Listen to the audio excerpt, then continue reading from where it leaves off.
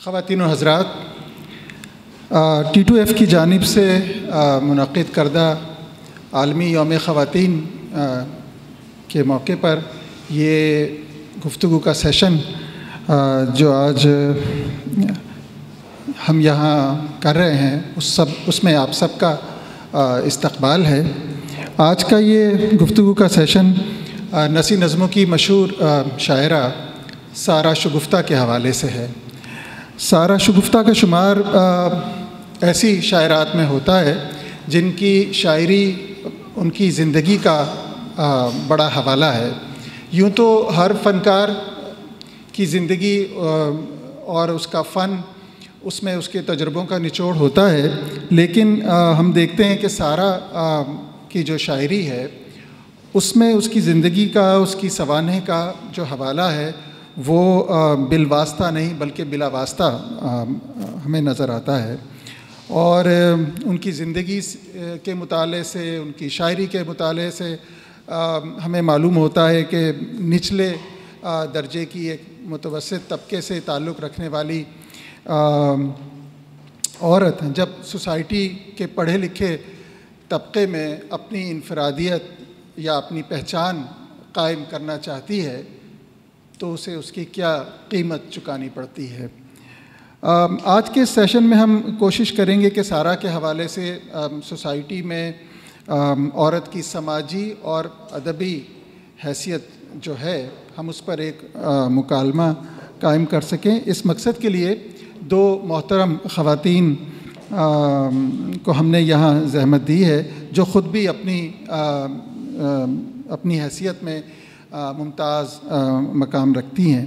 ہمارے ساتھ شریک ہیں محترمہ عطیہ داؤد صاحبہ، جنہیں ہم ایک شاعرہ، مصنفہ اور حقوق نسواں کی ایک کارکن کی حیثیت سے جانتے ہیں۔ عطیہ صاحبہ متعدد کتابوں کی مصنفہ ہیں اور سارہ کی دوست رہی ہیں، قریبی دوست رہی ہیں۔ انہوں نے سارہ کی زندگی کو اور سارہ شگفتہ کی شاعری کو بھی قریب سے دیکھا ہے۔ ہماری دوسری مہمان محترمہ تنویر انجم بھی شعر و ادب کے حوالے سے اپنی جداگانہ پہچان رکھتی ہیں۔ تنویر صاحبہ نسی نظموں کی ممتاز شاعرہ ہیں۔ یہ وہی صنف سخن ہے، یہ وہی صنف ہے شاعری کی جو سارہ شگفتہ کی بھی پہچان تھی۔ سارہ بھی نثری نظمیں ہی لکھتی تھیں، تنویر صاحبہ بھی بہت عمدہ نثری نظموں کی شاعرہ ہیں۔ تو مجھے لگتا ہے کہ سارہ کی شاعری کو اور اس کے اسلوب کو اور اس کے مضامین کو سمجھنے میں شاید تنویر انجم صاحبہ کچھ ہماری مدد کر سکیں گی۔ میں گفتگو کا آغاز عطیہ صاحبہ سے کرنا چاہتا ہوں۔ ہم دیکھتے ہیں کہ سارہ کی جو زندگی ہے وہ بڑی ڈرامائی نظر آتی ہے ہمیں۔ ابھی بھی آپ نے دیکھا کہ ایک پرفارمنس بھی یہاں تھی۔ پھر اس ڈرامائی زندگی کا جو نقطہ عروج ہے وہ یہ ہے کہ اس نے خودکشی کر کے اپنی زندگی کا خاتمہ کر لیا۔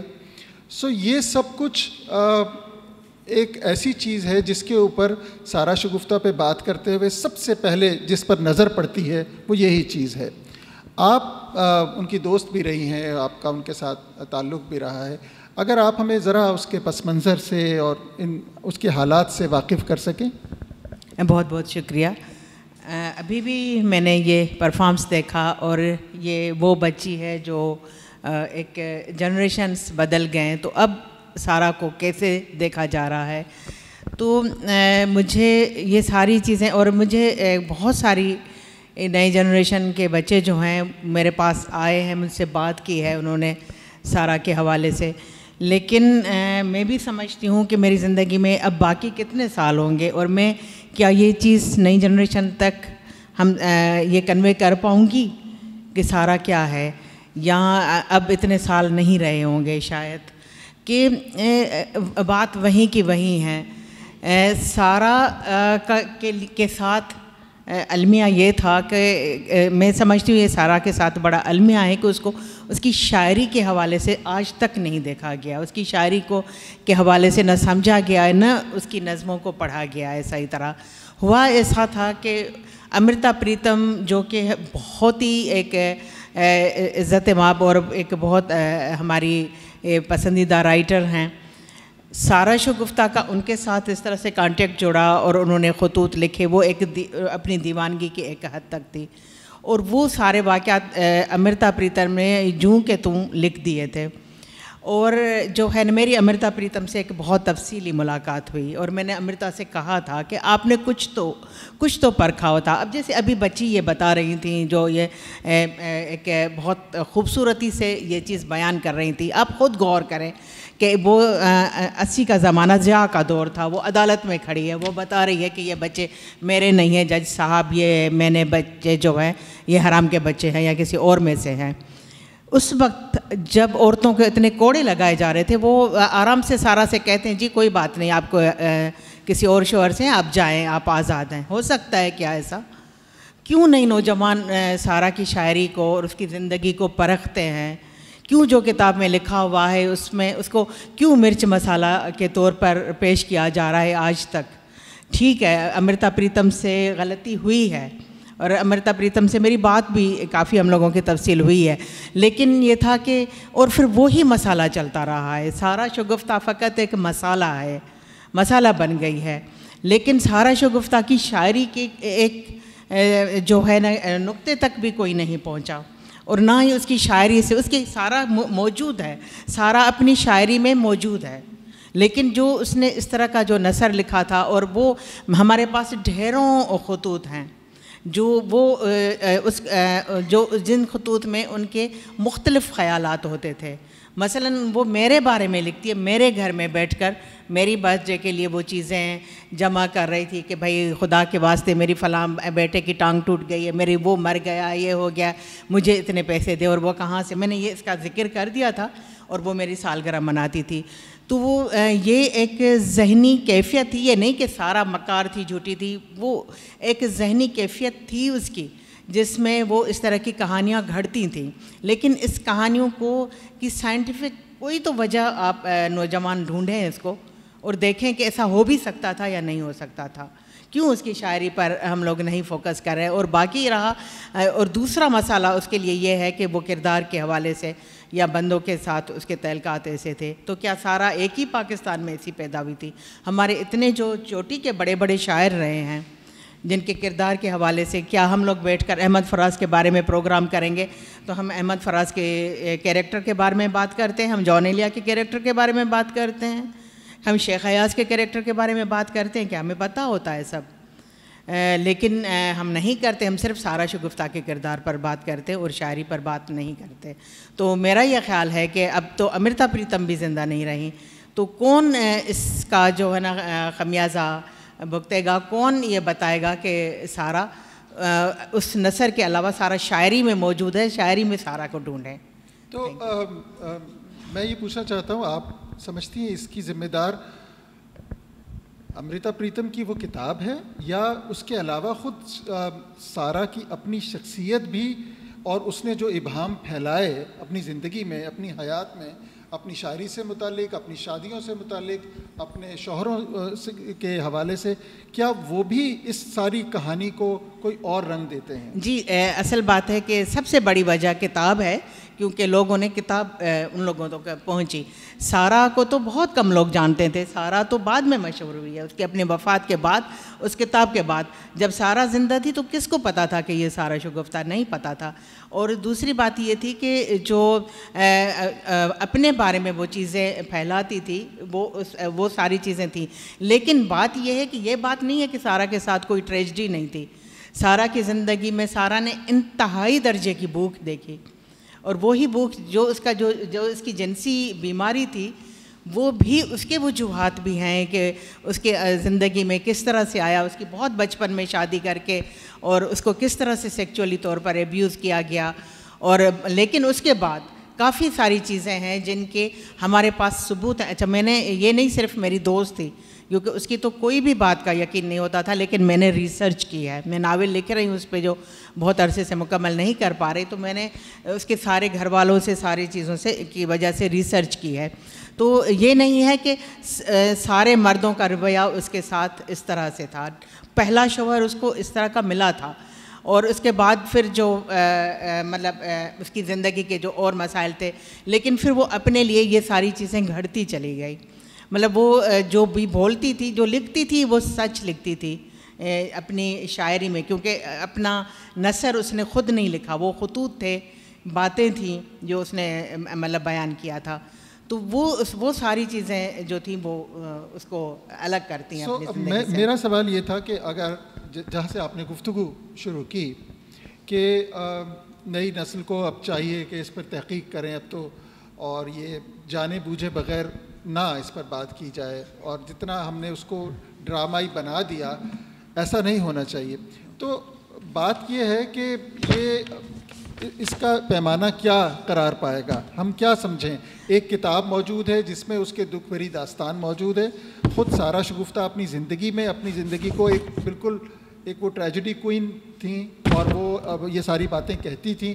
سو جب کوئی اپنے بارے میں خود ایک سٹیٹمنٹ دے رہا ہے، اس پر یقین نہ کرنے کا ہمارے پاس کیا جواز ہے؟ آپ نے خود ابھی فرمایا کہ ایسا نہیں ہے کہ اس کی زندگی میں ٹریجڈیز نہیں تھیں، اصل میں لیکن کیا سوسائٹی اس کی ذمہ دار ہے؟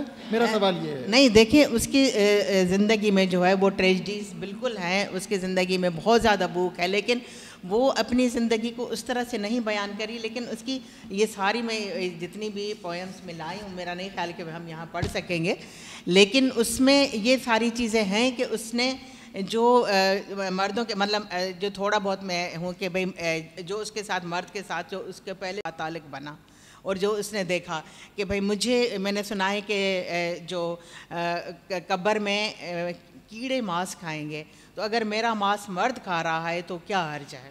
تو اس طرح سے اس نے مرد کے حوالے سے اس کلچر کو ضرور دیکھا، لیکن یہ تھا کہ وہ کہانی گھڑ کے کہ فلاں مرد نے میرے ساتھ ایسا کیا تو فلاں نے اس طرح سے کیا، تو وہ دودھ والے بچے والی کہانی. تو یہ تو الگ الگ چیزیں، اگر ہم شاعری پر فوکس کرتے ہیں تو ایک الگ چیز ہے، لیکن اس کی اگر کہانی پہ کریں تو میرے پاس ہر واقعے کا جواب ہے.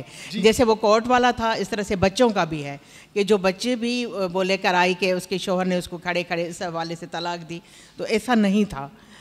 مطلب اس کی اگر 5 منٹ میں ہو تو میں اس کی اس طرح سے کہانی بیان کر دوں، اگر ہے یہاں تو بالکل بات کیجیے.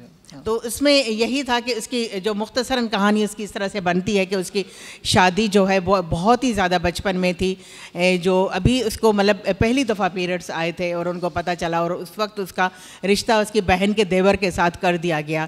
اور اس کی ماں کو اور سارہ کے لیے بھی سب سے بڑے اٹریکشن یہ تھا کہ وہ وہاں پر ہمیں 3 وقتوں کی روٹی ملے گی. اور سارہ کے جو باپ ہیں اس نے دوسری شادی کر لی تھی، اپنے سارہ کی جو 5-6 بہن بھائی ہیں ان کو چھوڑ کر وہ کہیں الگ چلا گیا تھا. اس کی ماں گجرے پرو کے، جو کہ وہ کچھ واقعات اس میں یقیناً صحیح ہیں، وہ اپنا گزارا کرتی تھی. اور اس کے بعد جو ہے اس شوہر جس سے اس کی شادی ہوئی وہ سیکچولی طور پر سک انسان تھا، اور اس لیے سارہ کو جو پہلی دفعہ ایک انسان سے واسطہ پڑا وہ اس کی اس طرح کی تھی. اور وہ جو ایک ہیومن رشتہ تھا، جو محبت کا رشتہ تھا، انسان کا انسان سے، زندگی کا سب سے خوبصورت رشتہ جو مرد کے ساتھ بننا تھا، لیکن وہ اس کا ایک طرح سے بالکل ڈیفرنٹ بنا.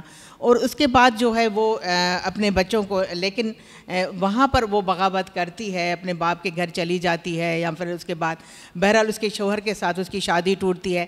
بچوں کے ساتھ یہ ہے کہ بچے کورٹ سے مطلب بچوں کے لیے جو بچوں کی جو کسٹڈی ہے وہ اس نے لی ضرور تھی، لیکن یہ والے بیانات نہیں تھے. لیکن بچے اس کے بعد اس لیے چلے گئے کہ وہ ان کو صحیح طرح سے کھلا پلا نہیں سکی تھی دوبارہ. اس کے بعد پھر احمد جاوید آیا، افضال احمد سید آیا. مگر یہ بات تھی کہ ٹھیک ہے کہ اس کو تجربات اس طرح کے تھے، لیکن اس میں ان مردوں کو فٹ کرنا آخر تک، یا اس طرح سے ان کے نام لے کر، یا جو یہ ساری چیزیں کی تھی، مطلب اس کی ہر چیز، ہر بات، ہر جو نثر میں لکھی ہوئی ہے، خاص طور پر خطوط میں، نثر میں، وہ ہم اس کو اس طرح سے صحیح نہیں گردانتے. لیکن شاعری کو اگر ہم دیکھیں اور شاعری سے اس کی کہانی ڈھونڈیں تو ایک سلسلہ جڑتا ہے. چلیے میں آپ کی طرف پھر واپس آؤں گا اور ہم کچھ اور باتیں بھی آپ سے کریں گے. جی ضرور. تنویر صاحبہ، یہ جو باتیں ابھی عطیہ داؤد کہہ رہی تھیں، اور جیسا کہ میں نے شروع میں کہا تھا کہ زندگی ہمیں یہ بہت ڈرامائی نظر آتی ہے. آپ مجھے بتائیے کہ زندگی کی ایسی ایسی ہنگامہ خیز زندگی جس خاتون کی رہی ہو، اور ایسے میں اس کے فن کی طرف نظر کم جاتی ہے اور اس کی زندگی کی جو ہنگامے ہیں اس کی زندگی کے، وہ زیادہ نمایاں ہو کر نظر آتے ہیں. اور پھر ایسے میں کہ جب اس نے اپنی زندگی کا خاتمہ کچھ ایسے انداز میں کیا کہ وہ جب بھی ہم سارا شگفتہ پہ بات کریں گے تو سب سے پہلی بات یہی یاد آتی ہے.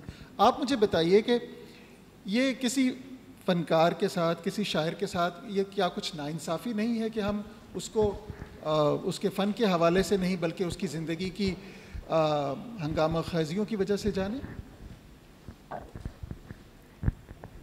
اچھا، میں تو ذاتی طور پر سر شگفتہ کو بہت ہی کم جانتی تھی. میری ملاقات اس سے زیادہ نہیں ہوئی، بہت سرسری 2-3 ملاقاتیں محفلوں میں کہیں ہوئی تھیں اس زمانے میں. مطلب جو بات آپ نے کہی کہ اس کی موت کے حوالے سے، ہم تو یہ بھی دیکھتے ہیں کہ بہت سے لوگوں نے اس کو بھی کویشچن کیا ہے کہ اس کی موت اس طرح ہوئی یا نہیں ہوئی، لیکن میرا خیال ہے اس معاملے میں سب سے زیادہ جو اوتھینٹک بات کوئی کر سکتا ہے تو وہ عطیہ داؤد ہی ہے. اور میرا خیال ہے عطیہ داؤد نے یہ بات لکھی ہے کہ اس نے خودکشی کی تھی، تو ہم مان سکتے ہیں اس بات کو کہ انہوں نے خودکشی کی تھی. خیر، اس سے قطع نظر جو آپ یہ بات کہہ رہے ہیں کہ کیا یہ اس کے ساتھ زیادتی ہے، تو میرا خیال ہے کہ یہ زیادتی تو خود اس نے اپنے ساتھ کی ہے.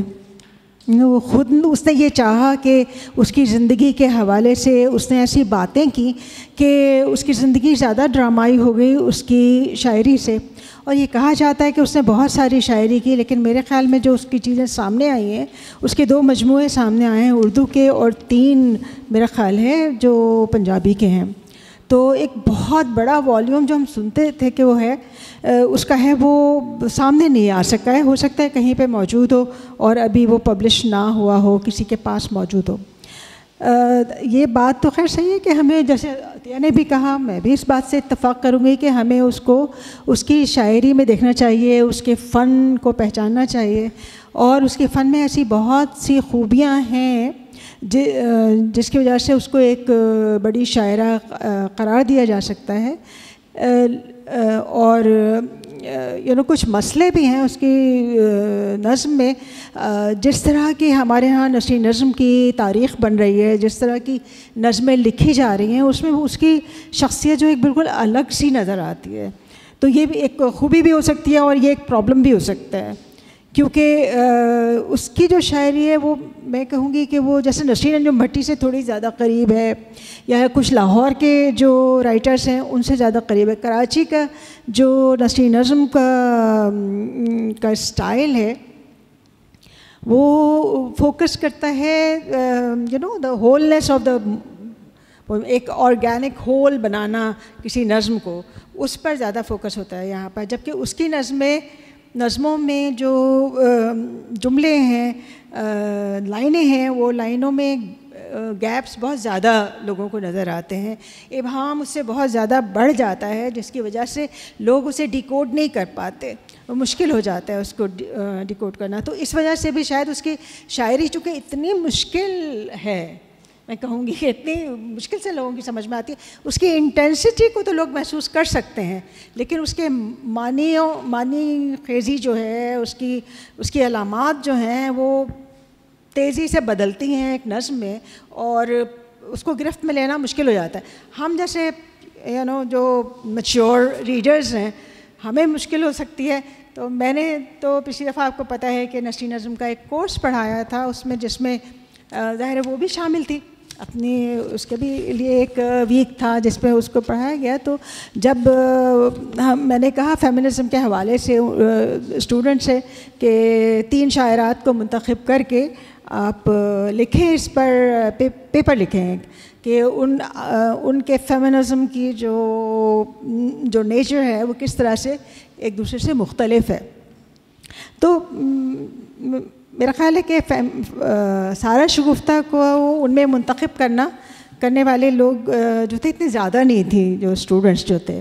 حالانکہ میں سمجھتی تھی کہ ظاہر ہے اس کی تو بہت ہی بااثر شاعری ہے، اور تو شاید اس کی وجہ یہی ہے کہ وہ ایک بڑی مشکل شاعرہ ہے.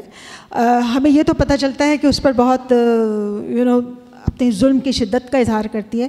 دوسری یہ بات بھی ہے کہ وہ مردوں سے جس نفرت کا اور جو جتنی تلخی ہے اس کے اندر، اور جس نفرت کا بھی اظہار کرتی ہے، دوسرے وہ عورتوں سے بھی بعض اوقات نفرت کا اظہار کرتی ہے. عورتوں سے بھی اس کو کافی شکایتیں ہیں، خاص طور پر گھریلو عورتوں سے شکایتیں ہیں. تو مشکل ہوتا ہے کہ اس کا بوجھ جو ہے لوگ اٹھا سکیں.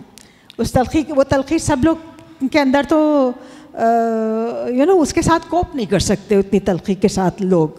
تو اس کو اوپر کی باتیں تو اس کے بارے میں کی جا سکتی ہیں، لیکن اس کی شاعری کے اندر اترنا اور پھر اس کو سمجھنا، اس کے ساتھ چلنا، میرا خیال ہے کہ یہ اس کے لیے آسان نہیں ہوگا. وہ بچیاں بھی اٹھ کے چلی گئیں جو یہاں پہ پروگرام کر رہی تھی، حالانکہ ان کے لیے کتنی اہم باتیں تھیں کہ وہ سمجھنے کی کوشش کرتی. سائرہ شگفتہ کو اگر وہ اس طرح پرفارم کر رہی تھی تو ان کو پرفارمنس کے بعد یہ بھی دیکھنا چاہیے تھا کہ بھئی ہم اس کے بارے میں کیا باتیں کریں. تو اس کے بارے میں، جو زندگی کے بارے میں جو کتابیں لکھی گئی ہیں، عطیہ آپ بھی اس کو سمجھے گی کہ آپ نے امرتا پریتم کے بارے میں بات کی، لیکن جو اور کتابیں ہیں اس کے بارے میں آئی ہیں، جیسے انور سن رائے کی جو ذلتوں کے اسیر ہیں، اور اظہر عباس کی درد کا محل وقوع ہے. میں تو اصل میں ابھی جو بات آپ نے تنویر کہی،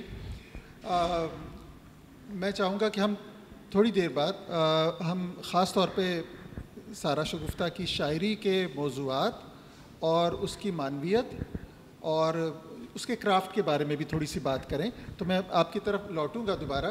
میں دوبارہ عطیہ صاحبہ کے پاس جاؤں گا، اور جیسے انہوں نے بات شروع کی اور زندگی کا بھی سارا حوالہ اس کا بیچ میں آیا، اور انہوں نے کہا کہ یہ بعض ان کی نظمیں ہیں وہ ضرور یہاں پڑھنا چاہتی ہیں. تو عدی آپ کچھ نظمیں بھی ان کی پڑھیے اور ان کا اگر کوئی بیک گراؤنڈ بھی ہمیں بتانا چاہیں. اچھا، ایک اور بات یہ تنویر نے بالکل صحیح بتایا کہ ان کی شاعری میں ہمیں ربط نہیں ملتا.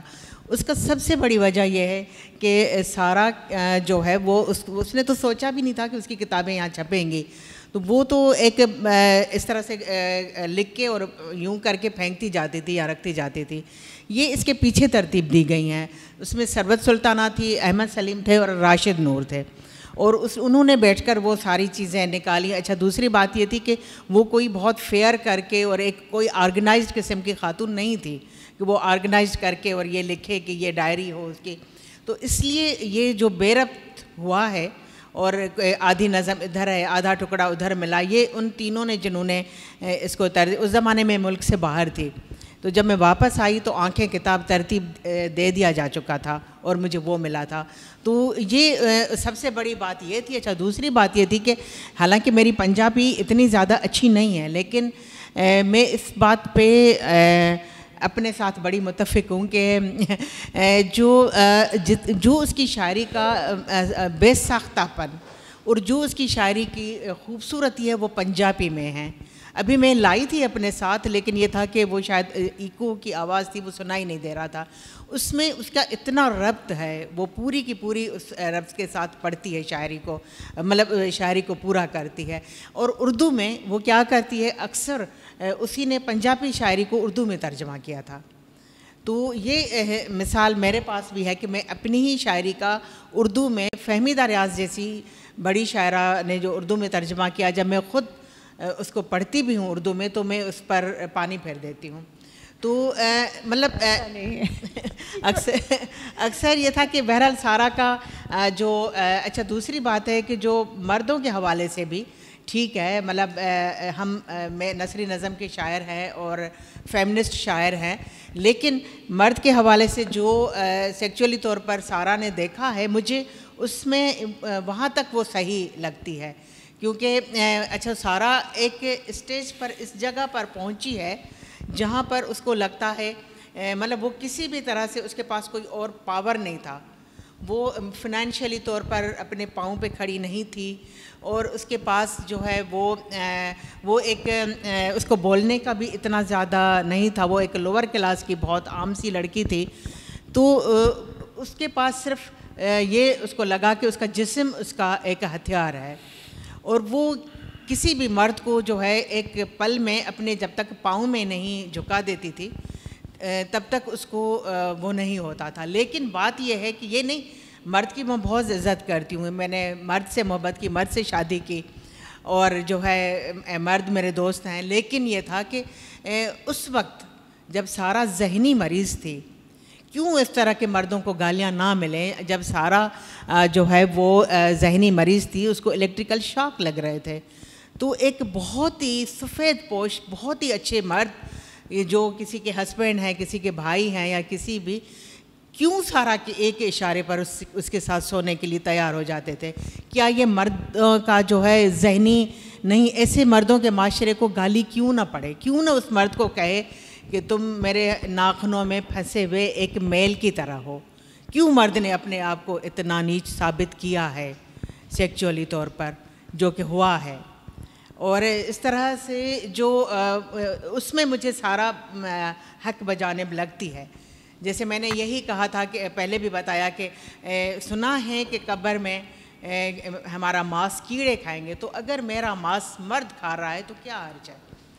کہاں مرد کو وہاں جا کر اس کیڑے سے ملا رہی ہے؟ لیکن وہ مرد دیکھے سارا نے, اور میں نے دیکھے وہ مرد جو سارا جن کو اس طرح سے پٹا دیتی تھی, میرے پاس میرے گھر میں بیٹھی ہوئی ہے, اور کوئی میرے ہی فیملی کا بندہ, میرا اپنا بھانجا, وہ وہاں پر بیٹھا ہوا ہے, ٹھیک ٹھاک ٹائی لگا ہوا ہے, سب کچھ. میں 2 منٹ کے لیے باہر گئی ہوں, دروازہ بند, یعنی وہ مرد راضی ہو گیا. تو اگر مرد کی سیکچولیٹی اتنی زیادہ جو ہے ایک طرح سے ہے, جو سارا نے اس کو اچھالا ہے اس کی سیکچولیٹی کو لے کر, یا ایک طرح سے چیلنج کیا ہے, تو مرد کا اخلاق کہاں گیا؟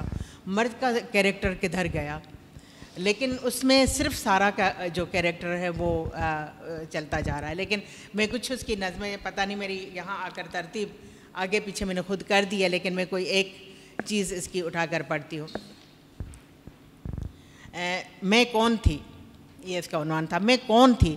غلیظ آنکھوں والی اور مکروہ ہنسی والی, جھوٹی نیند والی, مسکراہٹ کو ٹانکے لگانے والی, زیر ناف رہنے والی. تم کون تھے؟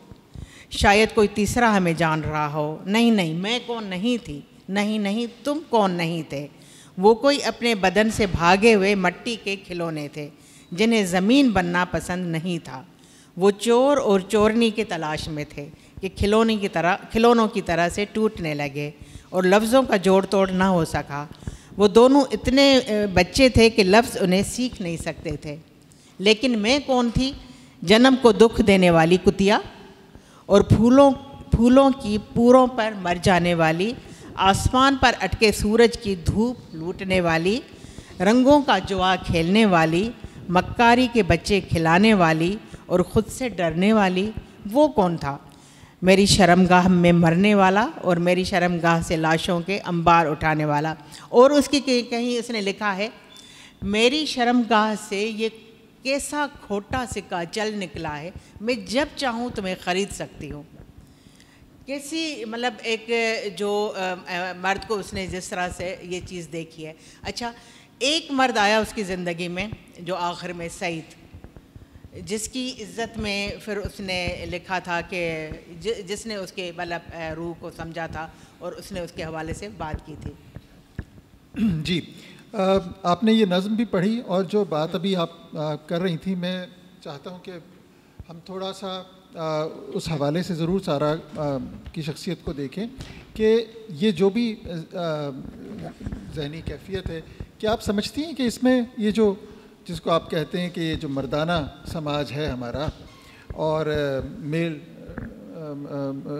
ڈومینیٹنگ سوسائٹی ہے, سو اس سارے کا محرک کیا آپ اس کو سمجھتی ہیں کہ یعنی یہ سماج ہی اس کو اس طرف دھکیل رہا تھا, اور پھر وہ ایک گویا جیسے آپ نے کہا کہ مرد اتنا عرضہ کیوں تھا, یا مرد اتنا آسان ہدف کیوں بن جاتا تھا اس کے لیے. اور یہ بڑا اہم سوال ہے کہ یعنی سارا پر تو یہ انگلی اٹھائی جاتی ہے اس حوالے سے, لیکن خود مردوں کے لیے بھی یہ ایک سوالیہ نشان ہے جو بات آپ کر رہی ہیں. تو یہ یعنی اس ساری کیفیت کو میں یہ سمجھنے کی کوشش کر رہا ہوں کہ یہ سماج ہی تھا جو اس کو اس طرف جو اس طرح کا اس کو بنا گیا. دیکھیں, اگر ایک خاتون ہے جس کو الیکٹریکل شاک لگ رہا ہے, ذہنی کیفیت وہ وہاں تک پہنچ گئی ہے. میں اس کی شروع والے اسٹیج کی بات نہیں کر رہی, لیکن جہاں پر وہ میں خود گئی ہوں, اس کو جو ناظم آباد میں ہاسپٹل ہے, اس کو وہاں سے نکال کر اس کے الیکٹریکل شاک لگے ہوئے ہیں, اور وہ جو ایک بندی جو ہے اس کو کو کچھ بھی نہیں ہے. اس کے ساتھ بھی ایک بہت مشہور ادیب بھی, مطلب میں نام اب یہاں ہم لوگ نہیں لیں گے, لیکن بہت مشہور ادیب, عورتوں کے حقوق کے حامی مرد, کیسے سو جاتے تھے ایک پاگل عورت کے ساتھ. تو جو ہے نا, کیا عورت صرف ایک جسم تھی؟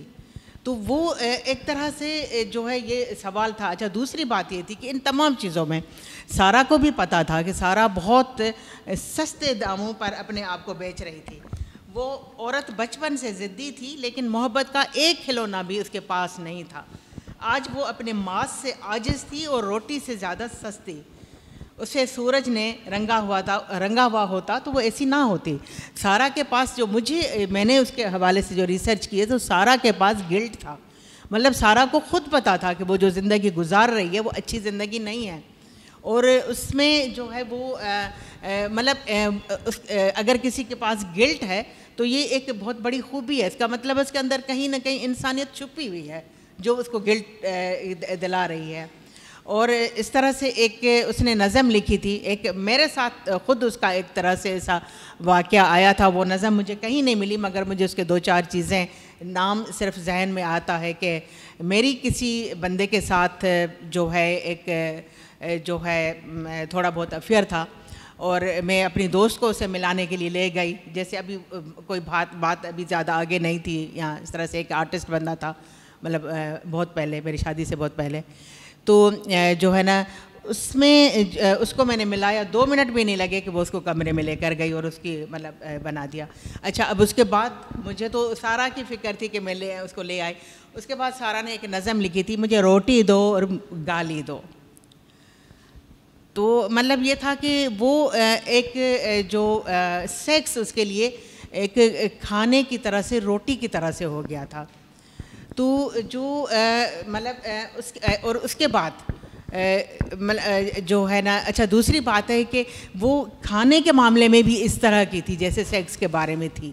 اگر اس کو بھوک لگتی تو وہ زمین سے اٹھا کر کھاتی تھی, زمین سے اٹھا کر چیزیں کھا لیتی تھی. کیونکہ بچپن میں جو ان کے بہت قحط کا زمانہ بھی دیکھا, اس کے مطلب قحط ویسے نہیں لیکن بہت زیادہ غربت. جب اس کا باپ نے ان کے خاندان کو چھوڑ دیا تھا تو دیواروں سے ٹکڑے نکال کر وہ کھاتی تھی, جو جبکہ دوسرے بہن بھائی انتظار کرتے تھے کہ کہیں سے آ جائے گا. تو وہ بھوک کی بھی کچی تھی, تو وہ سیکس بھی اس کے لیے اس طرح سے تھا. وہ بہت زیادہ انسانی کمزوریوں سے بھری ہوئی تھی. چلیے ایک سوال میں آپ سے اور کروں گا, اس کے بعد ہم تنویر صاحبہ کی جانب جائیں گے.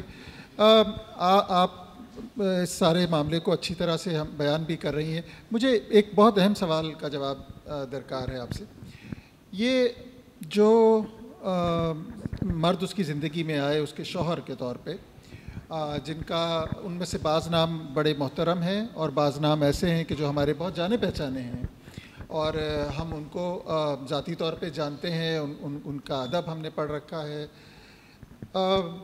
اکثر میں نے یہ دیکھا ہے کہ ایک وہ تصویر ہے جو سارا کی کتابوں میں ابھرتی ہے ان لوگوں کی, اور ایک وہ تصویر ہے جو ہم ان کے ادب میں ان سے مل کے یہ مجھے بتا سکیں گی کہ کتنی حقیقت اور کتنا فسانہ ان لوگوں کے حوالے سے. آپ نے خود ابھی کہا کہ اس کی ایک جیسے ضد کی طرح سے تھا کہ مرد کو جھکانا اور مرد کو آزمانا, کہ یہ کتنا گیا گزرا ہے. ابھی دیکھو میرا 2 منٹ میں اس کو کیسے کیا بنا دیتی ہوں. مجھے بتائیے کہ یہ جو جن لوگوں کا ذکر اس کے ہاں اس کی شاعری میں آتا ہے, میں نام نہیں کسی کا لینا چاہتا, تو یہ کتنا فسانہ ہے اور کتنی حقیقت ہے؟ جی مطلب نام مجھے اس طرح سے نام لینے میں نہیں ہے حرج, کیونکہ میں سارا کی کے اوپر جب بھی بات کرتی تھی اس کی زندگی میں بھی اور اس کے بعد بھی, تو میں سارا کی نیچر کو پرکھتی تھی. جب میں نے سب سے پہلے میرا خیال ہے میں نے اس پر ایک مضمون لکھا تھا جو تقریباً 93 میں یا 92 میں, تو ایک تھی سارا کے نام سے. اس وقت میں تنویر کو الگ سے جانتی تھی لیکن میری دوستی نہیں تھی, اور افضال کو بھی میں ایسے دور سے جانتی تھی, کوئی میری ملاقات نہیں تھی.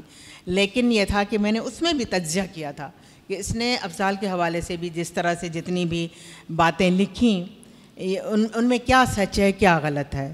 اور میرا خیال ہے کہ ابھی بھی اگر لوگ پڑھیں تو خود آنکھیں میں بھی پڑھیں تو جس طرح سے یہ کورٹ والا واقعہ پیش آتا ہے اس طرح سے وہ ساری چیزیں نکل آتی ہیں. تو جو ہے نا یہ بھی ضروری نہیں ہوتا، لیکن یہی تھا کہ اب شادی جو ہے، اگر شادی کے بندھن میں کوئی بھی عورت بنتی ہے تو ہم شادی ایک سمجھوتا ہے جو عورت بھی کرتی ہے مرد بھی کرتا ہے. اب اس میں اگر یہ کسی بھی اگر ہم نے بھی، تنویر نے بھی شادی کی ہے، میں نے بھی شادی کی ہے، اور ہم اپنے جو ہے نا ہمارے سسرال بھی ہے اور ہمارے پاس رشتہ دار بھی آتے ہیں، وہاں بیٹھ کر اگر ہم کہیں کہ بھائی میں تو جو ہے نا جو بھی میرے دل میں آئے گا میں وہی کروں گی، میں اس سارے انسٹیٹیوٹ کو مانتی نہیں. ہمیں قدم قدم پر جو ہے وہ سمجھوتے کرنے پڑتے ہیں، جو کہ اس طرح کے سمجھوتے نہیں، لیکن یہ تھا کہ سوسائٹی میں چلنے کے لیے مرد کو بھی کرنے پڑتے ہیں. اور تنویر نے ایک بہت خوبصورت نظم لکھی تھی، مجھے نہیں پتا وہ کس پر لکھی تھی، لیکن اس طرح کا کیریکٹر میرے ذہن میں آتا ہے کہ تم میری جیسی زندگی جی سکتی تھی. تو اس طرح وہ سارے کمپرومائزز نہیں سیکھ سکی کہ اگر ٹھیک ہے، اگر افضال نے یا کوئی اور بھی اس کی زندگی میں لوگ آئے، انہوں نے شادی کی، اس کے پاس کو نہیں دیکھا کہ اس کی زندگی میں کتنی نیکیاں ہیں، کتنے گناہ وہ کر کے آیا، لیکن اس کے ماحول میں اگر وہ ایڈجسٹ ہی نہ ہو اور وہاں پر جو ہے اس طرح سے بالکل بیہیو کرے کہ جیسے بس اگر وہ شاعرہ ہے، ہم یہ مرد کو بھی نہیں دیتے ایڈوانٹیج، یہ عورت کو بھی نہیں دیتے کہ اگر میں کہوں کہ میں تو شاعرہ ہوں، میں مشہور ہوں، میرا کام ہی نہیں ہے کہ نہ میں کھانا پکاؤں، نہ میں جو ہے گھر یا کسی بھی سسٹم کا کچھ حصہ بنوں.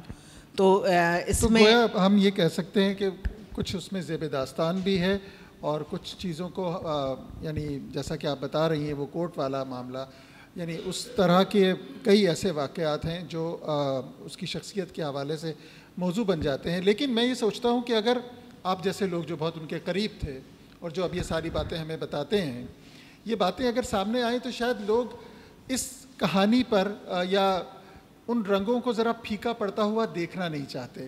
لوگ یہی چاہتے ہیں کہ سارا اسی طرح ہمیں، اسی لیے تو سارا پر فلم بنتی ہے یا ٹی وی پر نور الہدیٰ اس کے بارے میں پورا سیریل لکھتی ہیں، انور سن رائے اس کے بارے میں ناول لکھتے ہیں، عذرا ان پر کتاب لکھتی ہیں، آپ ان پر ابھی ناول بنا رہی ہیں. مجھے بتائیے کہ اگر یہ رنگ پھیکے پڑ گئے اور یہ چیزیں سمجھ میں آنے لگیں کہ اس نے بعض چیزوں کو بڑھا چڑھا کر یا حقائق کو مسخ کر کے بیان کیا ہے، تو پھر اس سب کا کیا جواز رہ جائے گا، ان ناولوں کا، ان ڈراموں کا اور ان باتوں کا اور ان نظموں کا کہ پروین شاکر اس کو ٹومیٹو کیچپ کہہ کر نظم لکھ دیتی ہیں اس پہ. سو آپ بتائیے اس نہیں، میرا خیال ہے کہ یہ جھوٹے رنگ ہیں، اس کو ہٹنا چاہیے، اس کو چھٹنا چاہیے. مجھے بہت زیادہ یقین ہے کہ سارا کی اپنی زندگی میں جو اس میں جو سچ مچ کے اس کے دکھ تھے، جو غربت تھی، جو اس کے رشتوں کی ٹوٹ پھوٹ تھی، اس نے اپنی ماں اور باپ کا رشتہ اس طرح سے ٹوٹتے ہوئے دیکھا اور باپ کا اس طرح کا، یہ ساری چیزیں وہ ساری سچائی وہ ساری جو شاعری میں تھی، اس کے رنگ اور زیادہ ہوں گے. اچھا، دوسری بات یہ تھی کہ ناول میں بھی ہمارے بہت عزیز دوستوں نے بھی ناول میں اس کو اس طرح سے مسئلہ بنا کر پیش کیا، ڈراموں میں بھی کہ وہ ایک طرح سے مسئلے کو اچھالنے والی بات. اور دوسری بات یہ تھی کہ ان کو یہ کہنا کہ وہ ایک بہت ہی گندی عورت تھی اور اس کے اندر کوئی فن بھی نہیں تھا. یہ چیز ثابت کرنے کے لیے اس کی ڈیتھ کو کتنا عرصہ ہو گیا، 84 میں ڈیتھ ہوئی ہے، ابھی تک وہ یہی بات ثابت کرنا چاہ رہے ہیں جو اس پر ناول لکھ رہے ہیں. دیکھیے، پھر میں یہ یہاں آپ کی بات کاٹتا ہوں، لیکن میں یہ ضرور کہنا چاہتا ہوں، پھر شاید یہ لوگوں کو ہوگا کہ اگر سارا اتنی مظلوم نہیں ہے تو پھر وہ اتنی اہم بھی نہیں ہے، پھر اس پر کیا پروگرام کرنا. مگر کیوں سارا مظلوم نہیں ہے؟ یہ اگر اس کے جھوٹے واقعات نکال دیں تو سارا مظلوم ہے. اس کی زندگی میں جو اس کی جو سچی کہانی ہے وہ کوئی جاننے کی کوشش کیوں نہیں کرتا؟ اگر ریسرچ میں کر سکتی ہوں تو یہ بچیاں جا کر کیوں نہیں کر سکتی؟ وہ پوچھے تو صحیح، ابھی تک اس کی فیملی زندہ ہے. میرا خیال ہے کہ یہ شاید پہلا پروگرام ہے سارا کے بارے میں جہاں ہم اس طرح سے بھی کوئی بات کر رہے ہیں.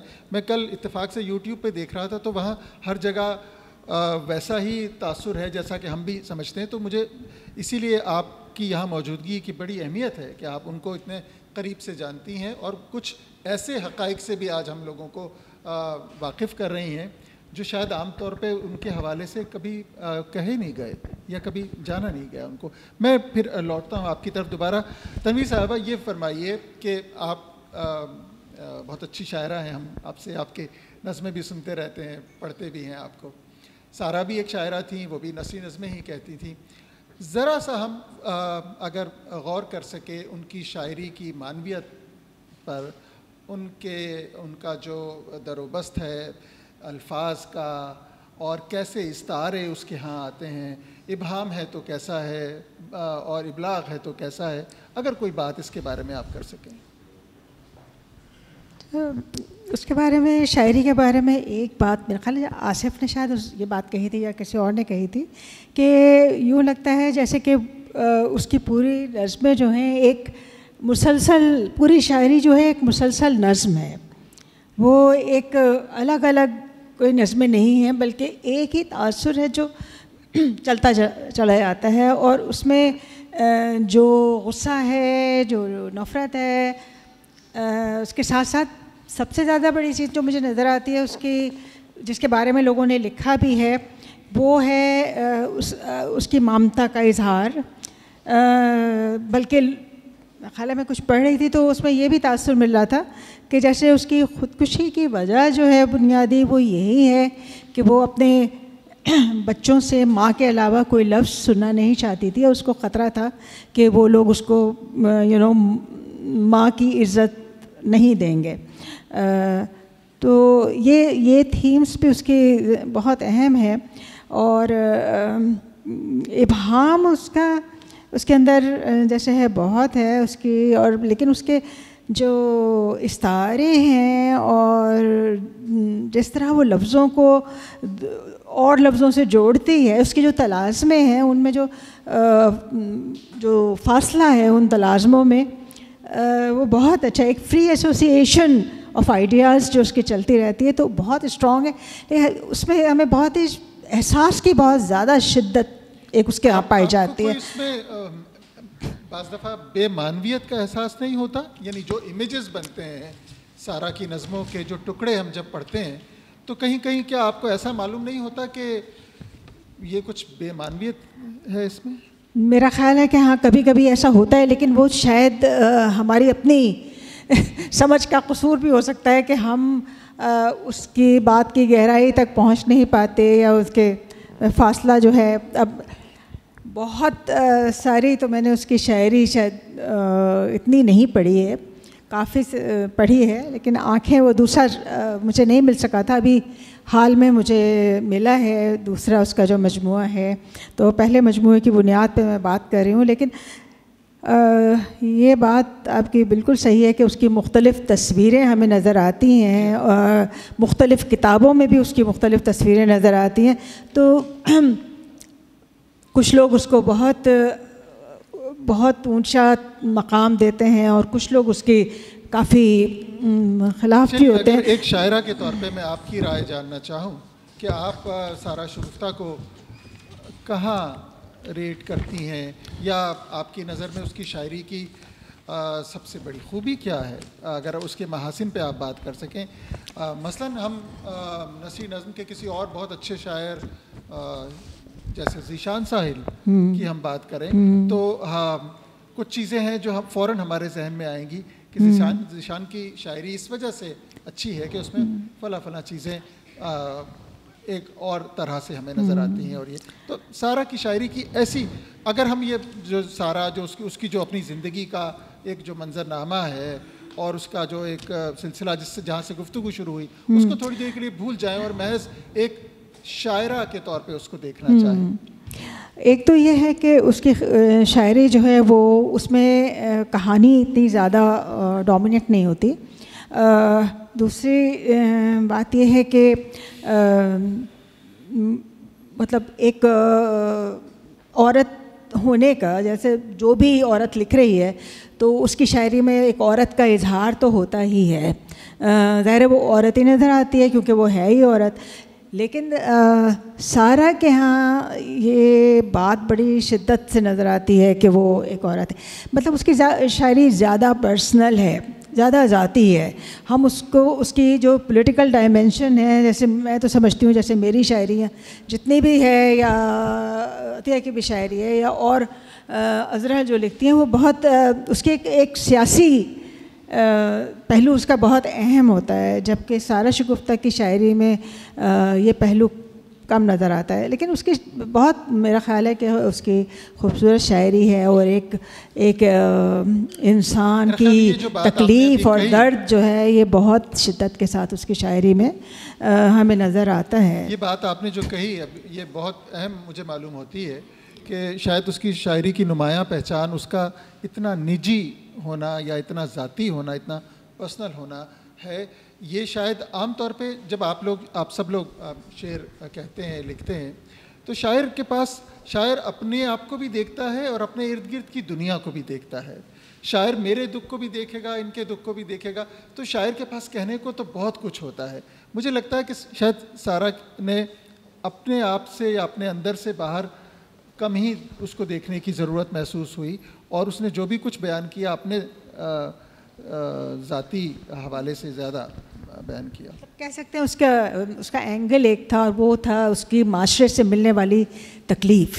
وہ اتنی زیادہ تھی اس کو، جو وہ سمجھتی تھی کہ اس کو معاشرے سے مل رہی ہے، یا لوگ جو ہیں اس کے مرضی کے مطابق نہیں چل رہے ہیں، اس کے کسی بھی شوہر سے اس کا مطلب کمپرومائز نہیں ہو سکا، کوئی چل نہیں سکی، وہ کسی سے خوش نہیں ہوئی.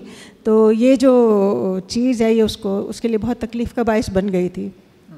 ٹھیک ہے، ہم پروگرام کے اختتام کی جانب بڑھ رہے ہیں، اور میں چاہتا ہوں کہ ہم آخر میں پھر عطیہ داؤد صاحبہ کی جانب جائیں، اور اگر انہوں نے کوئی اس کی نظم منتخب کی ہے تو ہمیں وہ نظم بھی سنائیں، اور اس کے حوالے سے پھر کچھ بات بھی ہم سے کریں. جی، یہ بالکل اصل میں تو سارا ایک تو پڑھی لکھی زیادہ نہیں تھی، بڑی مشکل سے انہوں نے میٹرک کیا تھا، لیکن بہت ذہین بچی تھی اپنے بچپن میں پڑھائی میں اگر اس کو مواقع ملتے، اور سوسائٹی میں بھی اس کا اتنا زیادہ اٹھنا بیٹھنا نہیں تھا کہ جس سے وہ صحیح طرح سے، مطلب بعد میں ہوا لیکن وہ وہاں پر فٹ نہیں تھی.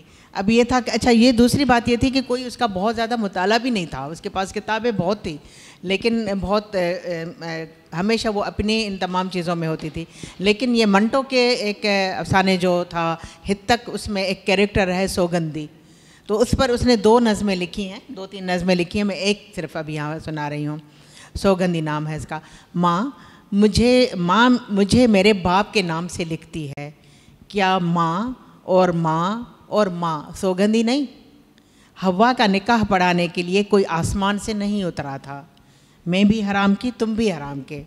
لوگ خوف رکھتے ہیں لیکن سوگندی سے بھلا کتنا اور کتنا ڈرا جا سکتا ہے. کہتے ہیں سوگندی نے سوگندی پر نظم لکھی، کیسا عذاب ہے سر کاندھوں تک ہی ساتھ دیتا ہے. بعض لوگ مجھے سدی بھی کہہ رہے ہیں، لیکن قبرستان میں کسی بھی کتبے پر سوگندی نہیں لکھا ہوا. اے میرے خدا، میں ٹوٹے چاند کو صبح تک گنوا بیٹھی ہوں. اس رات کو کالا پھول کھلے گا، نیت کا لباسا اشارہ ہوا، میں ان گنت آنکھوں سے ٹوٹ گری ہوں. اے میرے خدا، میں نے تیری آنکھیں تراشی تھی، اپنی دعا نہیں. تو یہ اس کا جو ہے شاید اب یہ یہاں کہہ رہی ہے کہ خود کو بھی وہ پراسٹیوٹ سمجھ رہی ہے، جو کہہ رہی ہے کہ وہ سوگندی بھی ہے اور میں بھی، تو ایک طرح سے اپنی شاعری میں وہ سارا اعتراف کر رہی ہے. تو اس کی جو ہے، اور دوسری بات یہ تھی کہ میں تنویر کے اس معاملے میں بہت زیادہ ہوں، لیکن یہ تھا کہ مجھے اس بات کا یقین ہے کہ کوئی نہ کوئی اس پر ریسرچ کرے گا، اور یہ ان کی جو نظمیں جو کتابوں میں ہیں اور ان کی ترتیب صحیح نہیں ہے، اس میں سے ترتیب نکال کر ان کو دے سکتا ہے. بہت بہت شکریہ آپ کا عطیہ داؤد صاحبہ، اور تنویر انجم صاحبہ آپ کا بھی شکریہ. وقت ہمارے پاس ختم ہو گیا ہے، اور ہم نے ایک اہم شاعرہ کے حوالے سے یہ گفتگو کی، اور ہمارے سماج میں جو جب عورت لکھنے پڑھنے کی بات کرتی ہے اور وہ شعر و ادب کے حوالے سے جانی جاتی ہے، تو کس کس طرح کے حوالے اس کے ساتھ جڑ جاتے ہیں. کچھ ہمیں سمجھنے کا موقع ملا، اور آپ کی باتوں سے تو خاص طور پہ میں یہ کہنا چاہوں گا عطیہ داؤد صاحبہ کہ یہ جو تصور قائم ہو گیا ہے اور مسلسل ہوتا چلا جا رہا ہے، تو یہ بہت ضروری ہے کہ آپ جیسے لوگ جو ذاتی طور پہ ان سے واقف تھے اور جانتے تھے ان کو، وہ آئیں اور اس کے بارے میں بعض ایسی باتوں کا یعنی ازالہ کریں، یا ان غلط فہمیوں کو دور کریں، یا شاید حقیقت حال کو بیان کرنے کی کوشش کریں. مجھے ایسا لگتا ہے کہ ہمارے سماج کا یہ ایک المیہ ہے کہ ہم چیزوں کو بہت زیادہ ڈرامائی ہوں تو زیادہ پسند کرتے ہیں اور ہم اس کو دھیما نہیں ہونے دینا چاہتے. ہم چاہتے ہیں کہ ایک دو مظلومیت کی کہانی اور بھی اگر جڑ جائے تو اچھا ہو جائے گا, ہیڈ لائن بن جائے گی اور سنسنی زیادہ پھیل جائے گی. مجھے لگتا ہے کہ ذہنی مسائل تو سبھی کے ہوتے ہیں اور ان کے بھی تھے شاید کچھ اور طرح کے, لیکن بنیادی جو حوالہ ہے وہ شاید اس کا فن ہے. تو ہمیں اس کے فن کو پرکھنے کی کوشش کرنی چاہیے اور دیکھنا چاہیے کہ اس نے اپنی شاعری میں اپنے حوالے سے ہی اس سماج کی تصویر کو کیسے پیش کیا ہے. میں بہت شکر گزار ہوں آپ دونوں محترم خواتین کا, آپ لوگ تشریف لائیں, اور اپنے دیکھنے والوں کا بھی میں بہت بہت شکریہ ادا کرنا چاہتا ہوں کہ آپ سب ہمارے ساتھ رہے. ہاں, میں معافی چاہتا ہوں, میں بالکل بھول گیا. ہمارے پاس چند منٹ باقی ہیں, آپ کی جانب سے اگر کوئی سوال آنا چاہے. جی آپ فرمائیے.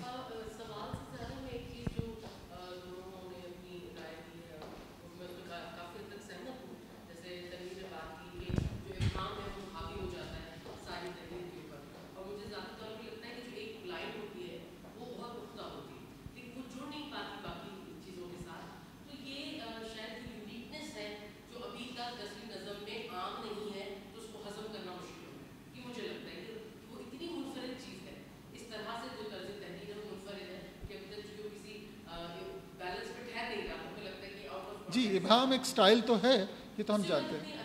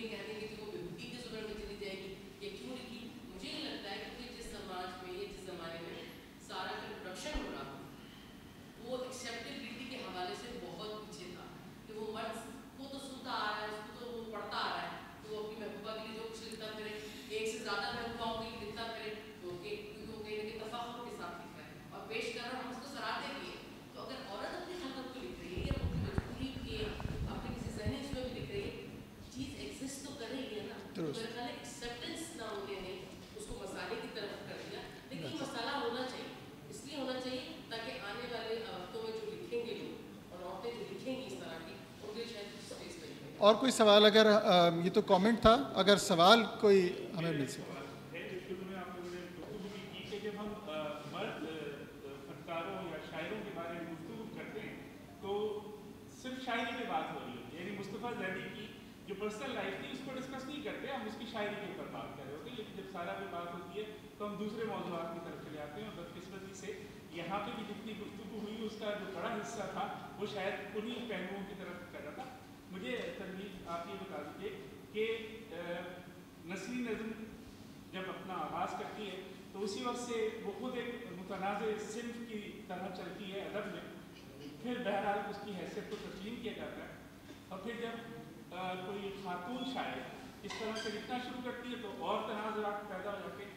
سارا کی شاعری کا ادب میں کیا حیثیت ہے, کیا مقام ہے, اس پہ ذرا سی سارا کی شاعری کہیں جانے والی تو نہیں ہے, ظاہر ہے وہ تاریخ کا حصہ ہے اور بڑی شدت کے ساتھ حصہ ہے. ظاہر ہے اور سارے لوگ جو لکھ رہے ہیں دراصل آپ دیکھیے کہ سارا پہ سب سے زیادہ مضامین میرا خیال ہے لکھے گئے ہیں, اس کی شاعری پر بھی, اس کی شخصیت پر بھی, اس کی زندگی پر بھی.